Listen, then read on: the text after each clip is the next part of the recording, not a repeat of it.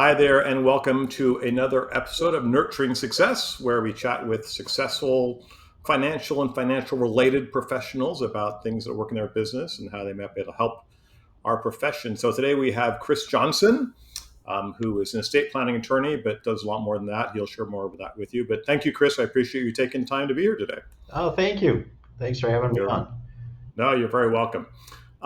So I always like to kind of start off with what you're grateful for, and it can be something, Chris, that's a personal, it can be business wise, just something that's you're feeling good about the world today. Ah, probably a couple of things. I think one is, seeing my kids who are 25 and 27 finding their place in the world. It's always Yeah. kind of up and down, but yeah, it seems like things are going well and happy for that because, that's what you want for them. And then the other, I think as I get older, is being able to work with my wife every day.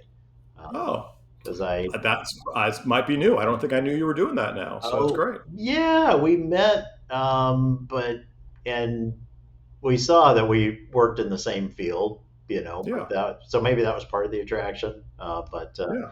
then later on, as one of people she worked for retired, was able to come and work for me, and now are keeping her busy. And some days I feel bad because I think our practice is a little more high volume than whatever she was used to, but she's still here and seems to like it. So. And I well, realize I think about, well, what if we didn't work together and I coming home at the end of the day would be different. I like that. We have that shared. well, that's great. I mean, I do think it takes a unique personality to be able to work with a spouse. I mean, I've done it on and off over my career with my wife. She's not currently working with me, but she supports me and Mhm. those kind of things. So good for you. That's fantastic. We might talk a little bit more about that because maybe there's some advice you can give some other professionals on how that might work. So, Yes. well, good. So tell me a little bit about your practice. Right, I use kind of the term estate planning as kind of a catch-all because I realize Mhm. it's more than that. And you've been very successful over many, many years. We've known each other, and I know you have a fantastic reputation in the local marketplaces. You've expanded to some other areas. So tell me, kind of give our audience a little bit broader view of Chris Johnson, Oh, Esquire. sure, sure. So what I do is I'd say about half of it is estate planning. So doing the planning that we tell everybody to do, but in the end, only 30% of people do. And that's a stat that has not changed since I started this in 1995. So And it's just for a point of clarity. Do you mean 30% of the people that engage with you and believe that there's some need to create a plan and then don't follow through, or just 30% of general people that kind of hear Oh, about just estate planning general in population. general? Okay, So got it. so it always kind of varies, but numbers basically about 30 to 35% of people die with at least a will in place. Yeah, And maybe a yeah, trust beyond that. But that means everybody else has nothing. And yeah, but those the planners are favorites because they come in happy and they leave happy and they've got the peace of mind that everything's going to work the way it's supposed to work. And yeah, that's our job to make sure it does. But the other half is probate court, and so that is where people haven't planned. So we've got to go through court process to get their assets to them, or maybe they had a plan but didn't really follow through, and so we need to fix something with the trust or get something in, or people are fighting about it and they can't resolve it, and so we need to file a petition to ask the court to decide. And again, most of those get settled, but some of them go to trial, and I will co-counsel with another great attorney in Pasadena here that I've worked with for probably about 10 years now, and we'll do trials, and that's gosh, anywhere from, I think we've done them in LA, Orange, San Bernardino, Riverside counties, even out in Palm Springs. So yeah. you know we Hmm. we do that, and that's the other half of the practice. But I always say I like the trust side best because there's a lot less stress involved, and even if they come in a stress ball, they're not going to leave that way. So Well, and so thinking back to sort of just before we jumped on air here, when we talked about the number of steps that, you do during the day, you probably do more steps during the stressful part of the probate work as opposed to the planning work. So, Yes, there's somewhere either opposing counsel is very difficult, we'll yep. say, or their clients are, or sometimes it's my client who's Yeah. difficult, and even getting people to do what would be the most beneficial for them doesn't always work because Yeah. they don't see it, or even if they see it, they still like the rage of what the other person has done to them is too much. It's fascinating, right? So so the stat in our business, so again, 35 years in the mortgage business and sort of helping people manage that side of it, it's become crusts and that kind of planning have become a lot more prevalent, but it's still a very low number in terms of a percentage of people that come into our world that have done any kind of planning. I'd say it's less than 10% that have an estate plan put together. Now, again, the numbers change as I've gotten deeper into my career and people are wealthier and older and those kind of things. But it's still amazing that people don't do that kind of work. And of course, we all know that. So maybe a question with two parts then that might be helpful. So, number one, I guess, why do you think that sort of consumers, and it's a broad question, sort of don't take action around something that's really good for them? And then number two, what would you tell financial planners and advisors? Is there any hints or tricks or tips you could tell them to get their clients to take better action? Oh, So why don't they take action? How should they take action? well, I'll answer the first one, or I mean the second Okay. one first, which Okay. is I tell people I have no magic words to say. I Yeah. wish I Okay. did, Fair enough. because yeah, they again, it's a situation where they really need the help. It would save a lot of money. It would save a lot of fighting, whatever it is. And I don't know what works. I try, and I know I've been told I have a good bedside manner, and sometimes that works, Mhm. but otherwise I don't know, which is why I love the financial advisors are probably where most of the referrals come from, because Good. people come to them and they're ready to plan out their future and make sure things are going to work. And as part of that, usually the advisor is very strongly telling them this is something you need to get done, and then they follow up with it. And so Yeah. that Yeah. that helps, because otherwise I know that most people put it off, and usually it's not urgent for most people, and then it's going to cost money, and there's another thing where a trip to Hawaii is a lot more fun, so I'd rather do that, and we'll get to it at some point, and sometimes people ask, or are they just worried about, or they don't like talking about death or talking about the future, but I've been surprised. It's kind of a very small number, that people are actually uncomfortable with all of that. Um, Yeah. so Yeah. most of the time, it's just, there's always something, you know, taking more attention, or that's more urgent, or that nagging them more than this will, and then we're kind of low pressure too, and I'm fine with that. Sure. Well, So, that's okay. So no magic. It's interesting you mentioned Hawaii. So one of the things actually prompted my wife and I to really get our very first plan done many years ago when our kids were very young was the fact that we were going on a trip together. And we're all going to be on this airplane, and I'm like, if we, and I'm pretty direct. I said, if we both die, what's going to happen, right? mhm. So, and it's remarkable how when maybe the other spouse thinks about it from that perspective, no one wants to think about something horrible happening to their family, but the reality is things do happen, right? And so the protection that estate planning provides is really critical. There is money saving, but it's just protection of your own assets. So that's interesting. So when things end up in litigation, sometimes because there isn't planning, but are there family situations that maybe could be avoided that you've seen that you could suggest to people, or what's happening in that world when litigation happens that's not the cause of just not planning? Is there anything you can suggest there? Yeah, I would say, people, I tell them, well, you probably know if there's going to be issues, Yeah. after you're gone. They usually have a good idea, or who's the difficult person out of the beneficiary pool.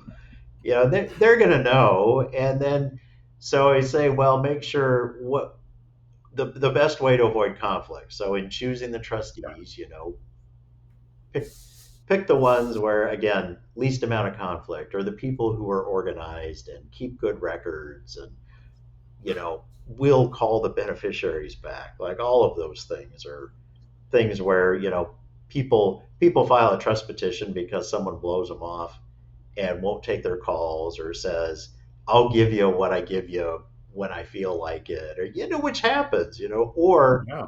making siblings who've never gotten along, making them co-trustees is usually then a bad idea too, because they and the parents say, well, they just have to work it out. But I'll tell them, no, they're not going to, and they're both going to get lawyers and write nasty letters to each other, and then file some petition saying awful things about each other in court, and then that makes it a whole lot worse. So Yeah. those are the easy ones, and then I guess beyond that, just kind of anticipating what could go wrong. Or if you are cutting someone out, well, the the no contest clause only has teeth if they've got something to lose.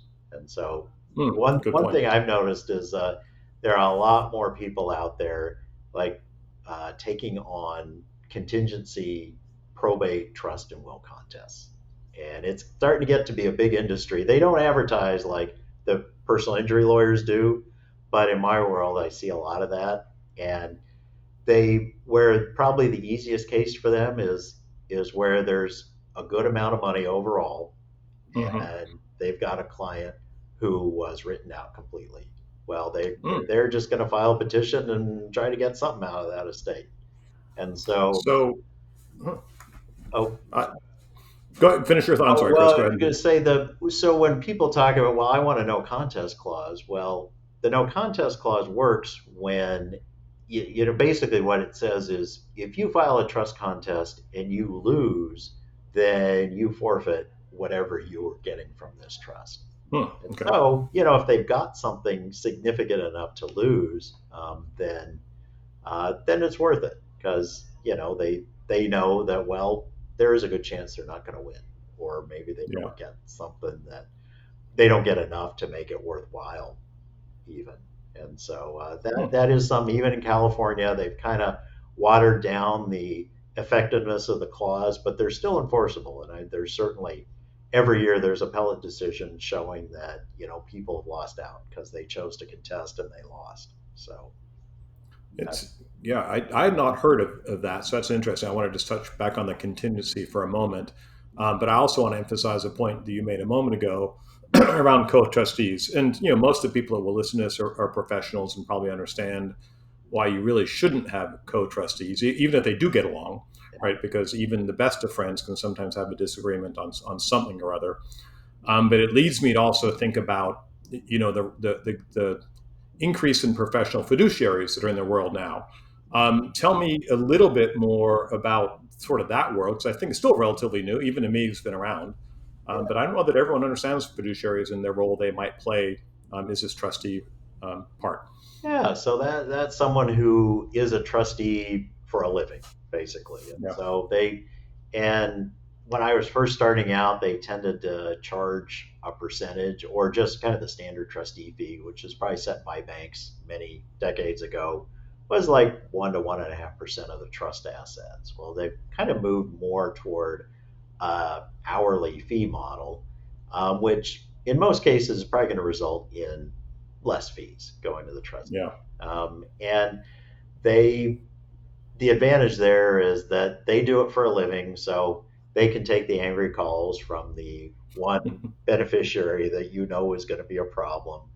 And they're used to knowing what to say, but also they're good about kind of doing what they're supposed to do, which is Yeah. making sure there aren't loose ends or uninsured assets, or making sure the investments are probably invested in the right stuff, and if not, that the portfolio is rebalanced and they get the advice they need, and Hmm. I don't know the tax they so their job is to kind of be efficient at it. And so they're probably going to do it faster, but also not make mistakes that a Yeah. non-professional might make. Because one of the things I think a non-professional doesn't do when they should is get the right advice. Like a lot of times Yeah. they don't get an attorney. They may not even be aware of what they're supposed to do. There's some to cover the trustee. They're better off, sending out the notices they need to because it cuts off their liability. But a lot of times they don't even know if they don't see an attorney, or they get some bad tax advice or pay capital gains tax when they don't need Yeah. to. So that's all reasons why the professional trustee works. And I've seen a lot more people ask about it because they kind of know Good. their kids may not be suited for it, or maybe it's not kids, maybe it's other more distant family members, but they realize that the other thing is they kind of know if they've been a trustee or know someone who's been, it's like a thankless job. And the pay, if you're doing it as a non-professional, is so you're just doing it on the side, you've only got one Yeah. trust. Yeah. Well, the pay isn't all that great for all the stress and all that goes along with it. So, and I've been a trustee myself, and yes, it's not something that makes a lot of business sense for me because, again, No. Yeah. I don't do it all the time, and so the few that I take on, it's more as a favor. And so the Sure. professional trustee, they've got it down, and I rare that I hear complaints. I know kind of when I was starting out, I think they were a lot less customer friendly, I'll say, Sure. Sure. but they have learned, to get around that.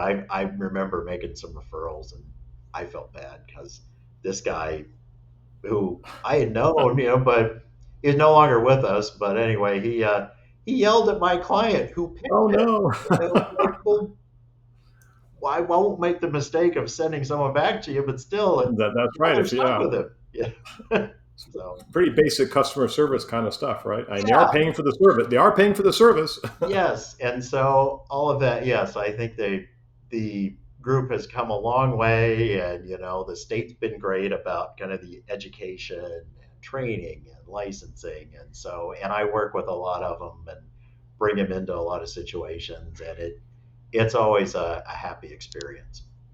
Yeah. Whereas Good. maybe the two siblings doing it, it may not be because I hear you. Yeah, and I, like you, have been a family trustee, and I did take advantage of the attorney for certain things because it just was one step removed on certain conversations. So I can relate. So thank you. yeah, yeah, we're used to giving bad news, and so that's fine. That's always bad news. It's just news, right, Chris? It's just news. Yeah, It's just well, that true. Yeah, because the outcome's not going to change whether they like it or not. yeah, We just want to make it go down as easy as possible. So. that's right. It's just the news. So I do kind of want to go back to your team Hmm. and talk about, if you work with your wife, which I had either forgotten or didn't know. I can't remember. But in any case, that is, I think, a unique situation. I found that at times challenging to work with my wife, but it sounds like you've made it work. I mean, tell me about the rest. Is there other members of your team? Is it just you Yeah, two, or tell me? well, I like being small, because I did originally, I started on my own, had a couple of staff, then went in with some partners in the early 2000s. And at one point, between lawyers and employees, I think we were 50 people. And Oh, wow. that was too much. And Yeah. kind of like the trustee job, you realize I'm working very hard for not a lot of money. And so, but it's to pay all these other people.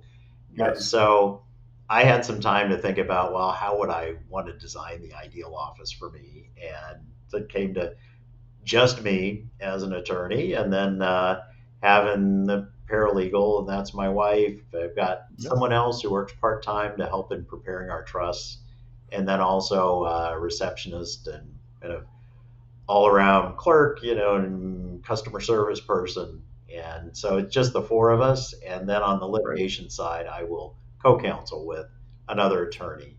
But otherwise, he enjoys being his own person. He doesn't have any employees and he wants to keep it that way. And so, he can stay small in his own way too. And we don't have to worry about, being partners and splitting up fees and all that. And so Sure. it's been good. I don't see, other than occasionally we'll maybe also have like another paralegal who work on a contract basis, if we get overloaded. But otherwise, it seems like the ideal group right now.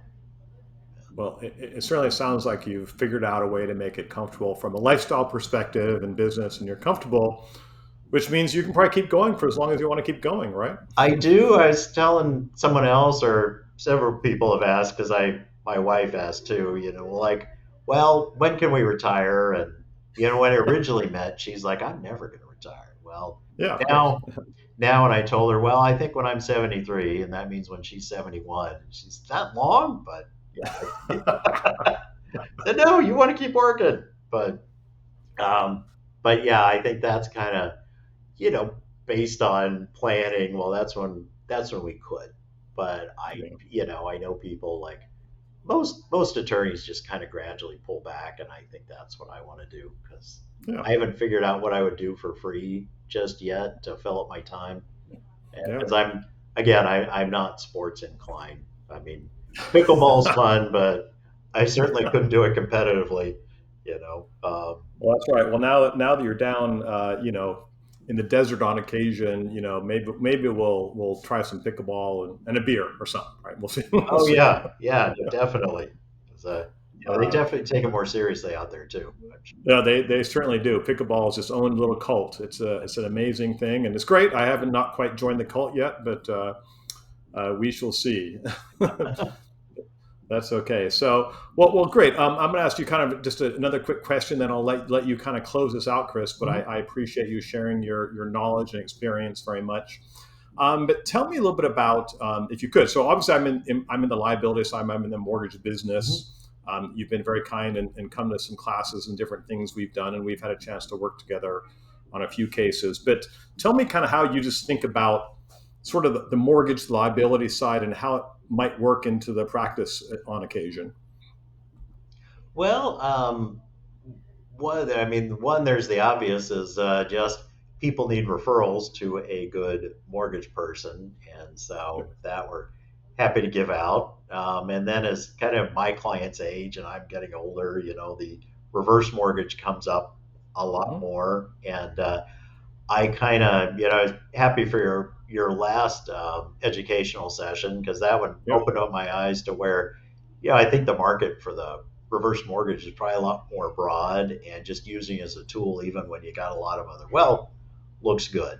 And Yeah. so that was that was good to think about. And you start seeing, oh yeah, there's some other situations where it could be very helpful. But then otherwise, just getting getting to a settlement, and people need to borrow Yeah. money to make that happen.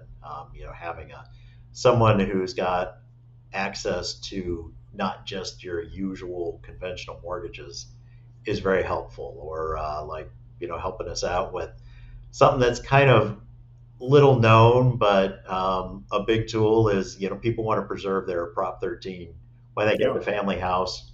Well, the way to do it is to have the trust or the estate borrow money, which is a foreign concept to most people. And once Yeah. you explain that that's the only way you can do it and keep it, then they're on board. And again, finding people in a small group of professionals who can do that like you is a great thing Yeah. to have.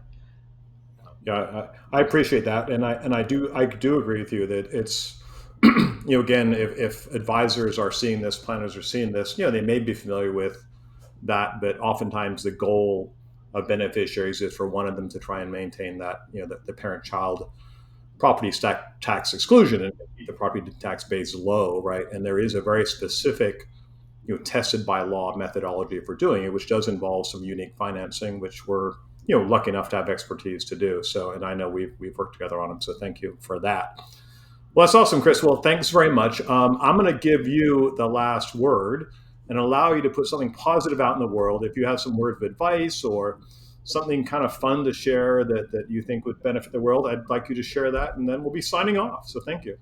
Ah, well, maybe it's a little more selfish, but I'd say if you have not made your plan yet, talk to your attorney to do it because we don't bite. We make. I realize even some estate planning attorneys are adversarial, which is beyond me. But yes, we make it easy, and we don't want to make it like doing your taxes. We want to make it very simple. So get in and do it. And then if you're lucky enough to have done it, hey, just pull it off the shelf and make sure it still says what you think it says. Dust it off.